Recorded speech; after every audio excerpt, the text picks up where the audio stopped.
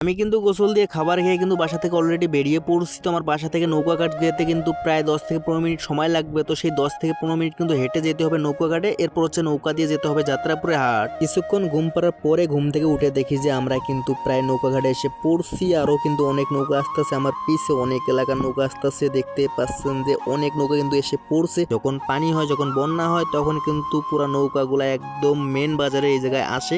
কিন্তু এখন পানি যেহেতু অনেক শুকিয়ে গেছে, সেই কারণে অনেকটা দূরে নদীর ঘাটে গিয়ে এরপর হচ্ছে যে ওখান থেকে হেঁটে আসতে হয় আমাদের মেন বাজারে। যেহেতু আসার পথেও আমি পিছন সাইডে বসছি এবং যাওয়ার পথেও কিন্তু আমি পিছন সাইডে একলা বসে আছি। এর মধ্যে দেখি যে সূর্য মামারে যে এত সুন্দর দেখা যাচ্ছে ভাই, অল্প কিছুক্ষণের মধ্যেই কিন্তু ডুবে যাবে। আর তোমার জাস্ট ভিউটা দেখো ভাই, পুরাই অস্থির লেভেলের। তো চলেন এখন আমি আমার খরচ নিয়ে বাসার উদ্দেশ্যে রওনা দিয়ে দেই। একটু আগেই কিন্তু বাসা আসছি এবং হাত মুখ ভালো করে ধুয়ে নিয়েছি। তার কারণ হচ্ছে বাজারের মধ্যে অনেক ধুলাবালু ছিল, সেগুলো কিন্তু আমার গায়ের মধ্যে ভরে গেছিল। এই কারণে কিন্তু সর্বপ্রথম ভালো করে কিন্তু হাত মুখ ধুয়ে নিয়েছি। আসসালামু আলাইকুম, কেমন আছো তোমরা? আশা করি সবাই অনেক ভালো আছো। আল্লাহর রহমতে আমি অনেক ভালো আছি। তোমরা অনেকেই জানো, অনেকেই জানো না, আমি কিন্তু গ্রামের বাসা চলে আসছি। আর আমাদের গ্রামে কিন্তু কোনো ধরনের বাজার নাই। আমাদেরকে কিন্তু বাজার করতে হলে কিন্তু অনেক দূরে গিয়ে তারপর হচ্ছে যে বাজার করতে হয়। আমার যেখানে বাসা আছে এখানকার আশেপাশে যে এলাকাগুলো আছে, এখানকার সব থেকে পপুলার হাট হচ্ছে আমাদের যাত্রাপুরে হাট। তো সেখানে গিয়ে কিন্তু বাজার করে আসতে আমাদের কিন্তু পুরো দিনটাই চলে যাবে। যাই হোক, এখানে আমাদের কিছু করার নেই। আমাদের এলাকার ম্যাক্সিমাম মানুষই কিন্তু ওখান থেকে বাজার করে এনে খাবার খায়। তো আমি কিন্তু সকাল সকাল ঘুম থেকে উঠছি, সেই কারণে যেহেতু আমাদেরকে বাজারকে যাইতে হবে, প্লাস ওই জায়গায় পুরো দিনটাই চলে যাবে। তো চলেন এখন বাসায় গিয়ে গোসল দেবো, এরপর হচ্ছে যে খাবার খেয়ে কিন্তু রওনা দিয়ে দেবো যাত্রাপুর হাট যাওয়ার জন্য। আমি কিন্তু গোসল দিয়ে খাবার খেয়ে কিন্তু বাসা থেকে অলরেডি বেরিয়ে পড়ছি। তো আমার বাসা থেকে নৌকাঘাট যেতে কিন্তু প্রায় 10 থেকে 15 মিনিট সময় লাগবে। তো সেই 10 থেকে 15 মিনিট কিন্তু হেঁটে যেতে হবে নৌকাঘাটে, এরপর হচ্ছে নৌকা দিয়ে যেতে হবে যাত্রাপুরে হাট।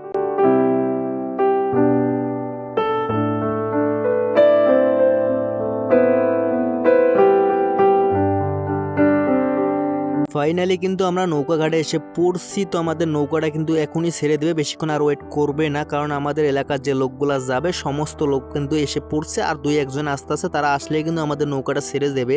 তো চলেন আগে নৌকার মধ্যে উঠি, এরপর হচ্ছে যে আমরা নৌকা ছাড়ার প্রস্তুতি নেব। হাটের মধ্যে অনেকে ছাগল বিক্রি করবে, অনেকে হাঁস, অনেকে চড়াই এবং অনেকে কালাই বিক্রি করবে। সেগুলা কিন্তু তারা নিয়ে নৌকার মধ্যে উঠাইলো। এরপর হচ্ছে যে আমরা নৌকাটা ছেড়ে দিলাম এবং অনেক দূর কিন্তু এসেও পড়ছি আমরা। এখন বাজে হচ্ছে সম্ভবত 12:30। তো আমাদের কিন্তু নৌকা দিয়ে যেতে প্রায় 1 ঘন্টার মতো সময় লাগবে। তো সেই 1 ঘন্টা কিন্তু আমাদেরকে নৌকার মধ্যে বসে থাকতে হবে। যদিও অনেক বিরক্তিকর, মেশিনের শব্দ, অনেক ঝামেলা, কিন্তু এখানে আমাদের কিছু করার নেই, এখানে চুপচাপ বসে থাকতে হবে। আমাদের এলাকার নৌকা হিসেবে কিন্তু লোক খুবই কম। তো পিছন সাইডে আমি এসে বসছি, পিছনে কোনো লোক নাই। আর তো পিছন সাইডে অনেক দূর জায়গা পাইছি, সেই কারণে আমি একটু ঘুমাইলাম। আর ভাই ওয়েদারটাও যেহেতু অনেক জোস লেভেলের ছিল, আর পজিশনটা তো ভাই পুরাই আগুন পাইছি। তোমরা তো দেখতেই পাচ্ছ কত সুন্দর একটা জায়গার মধ্যে ঘুমাইছি। কিছুক্ষণ ঘুম পাড়ার পরে ঘুম থেকে উঠে দেখি যে আমরা কিন্তু প্রায় নৌকাঘাটে এসে পড়ছি। আরো কিন্তু অনেক নৌকা আসতেছে আমার পিছে, অনেক এলাকার নৌকা আসতেছে। দেখতে পাচ্ছেন যে অনেক নৌকা কিন্তু এসে পড়ছে।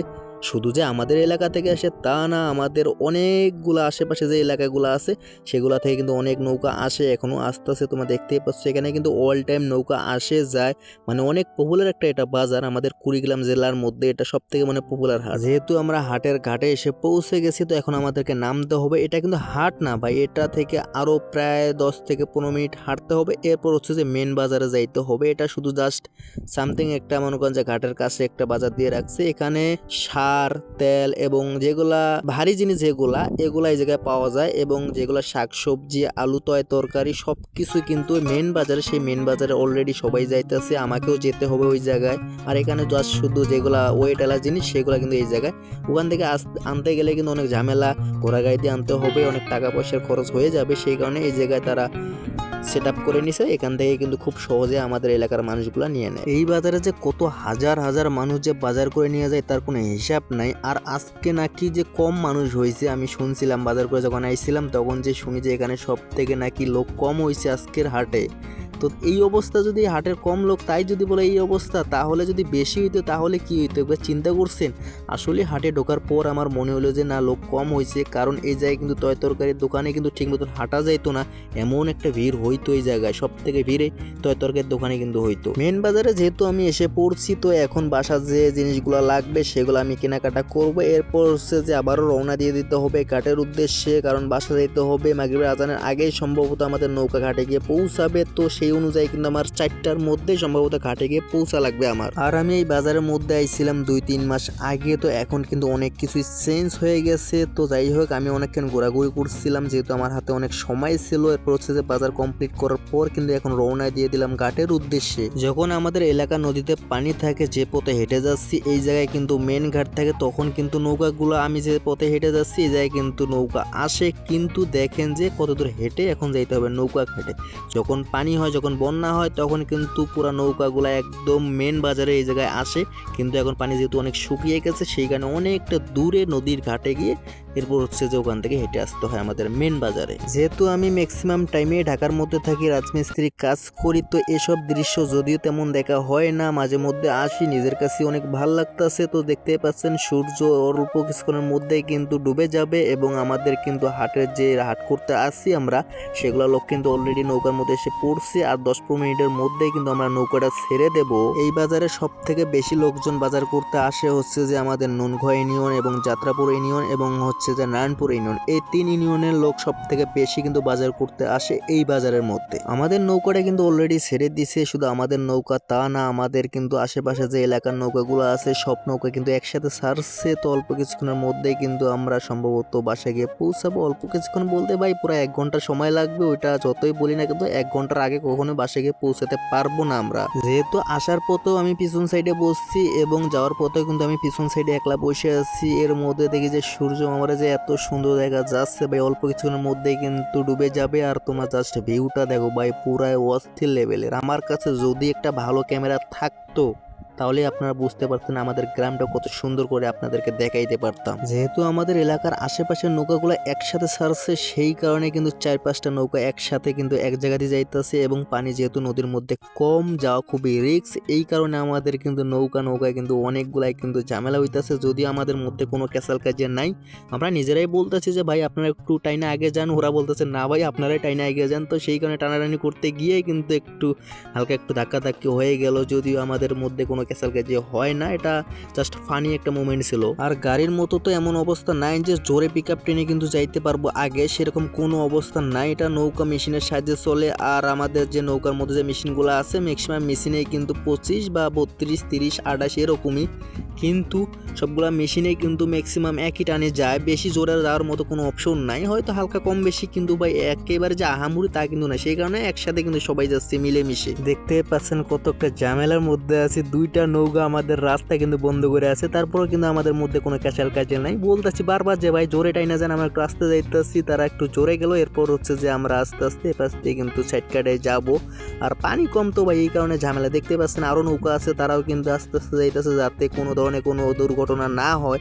আর দুর্ঘটনা যদিও খুবই কম হয় আমাদের নৌকার মধ্যে, আর পানিও অনেক কম। আর আমাদের এলাকার কিন্তু কম বেশি সবাই সাঁতার জানে। কম বেশি বলতে ভাই যেগুলা পোলাপান বোঝে সবাই সাঁতার জানে। এই জায়গায় মরণের কোনো চান্স নাই, সবাই নিজের জীবন কিন্তু বাঁচাতে পারবে। হয়তো বা যেগুলো জিনিস কিনে আনছে সেগুলো নষ্ট হয়ে যাবে, নষ্ট হবে না যাদের সামর্থ্য, যারা বড়, যেমন আমি চাইলে আমার ব্যাগ নিয়ে কিন্তু সাঁতরে যাইতে পারবো আরেক জায়গায়, এটা কোনো বিষয় না আমার কাছে। আর আমাদের এলাকার সবাই সাঁতার জানে। শুধু আমার এলাকারই যে পোলাপান সাঁতার জানে তা না, আমাদের গ্রাম অঞ্চলে যাদের বাসা আছে তাদের কিন্তু ম্যাক্সিমাম পোলাপানেই কিন্তু সাঁতার জানে সেসব এলাকার। তো আমরা কিন্তু ছোটবেলায় করতাম কি, এক এলাকা থেকে আর এলাকায় সতরে যাইতাম, কে আগে যাইতে পারে, আমিও করতাম এরকম। যদিও আর এখন তেমন ওই রকম সময় পাই না, নিজের কাছে অনেক শরম লাগে, যেহেতু মোটামুটি একটু বয়স হয়েছে, এসব করার মতো আর ওরকম বয়স নেই, আমাদের একটু বড় হয়ে গেছি। তো এখন ছোট ভাই ব্রাদাররা এইসব ফাজলামি করে, আমরা ওরকম করি না। দুঃখের কথা হলো যে হঠাৎ করে আমাদের নৌকার ফ্যানটা কিন্তু ভেঙে গেছে। এটা কিন্তু হঠাৎ করে ভেঙে গেছে, কোনো জায়গায় কিন্তু বাজে নেই, হঠাৎ করে এরকম করে যায় ম্যাক্সিমাম টাইমে আমাদের এলাকার। তো তারপর হচ্ছে যে আমাদের কাছে তো অল টাইম তো ফ্যান থাকে, এক্সট্রা 2টা এক্সট্রা ফ্যান ছিল এবং একটা লাগাই নিলাম, আরও একটা কিন্তু এক্সট্রা আছে।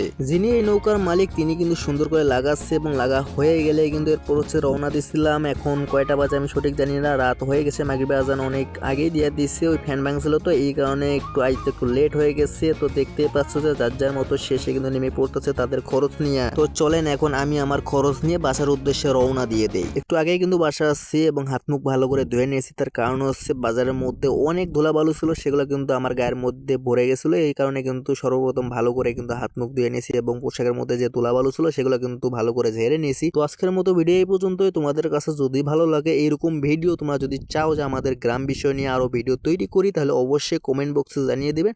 আমি চেষ্টা করবো এরকম ভিডিও তৈরি করে আপনাদের মাঝে উপহার দিতে।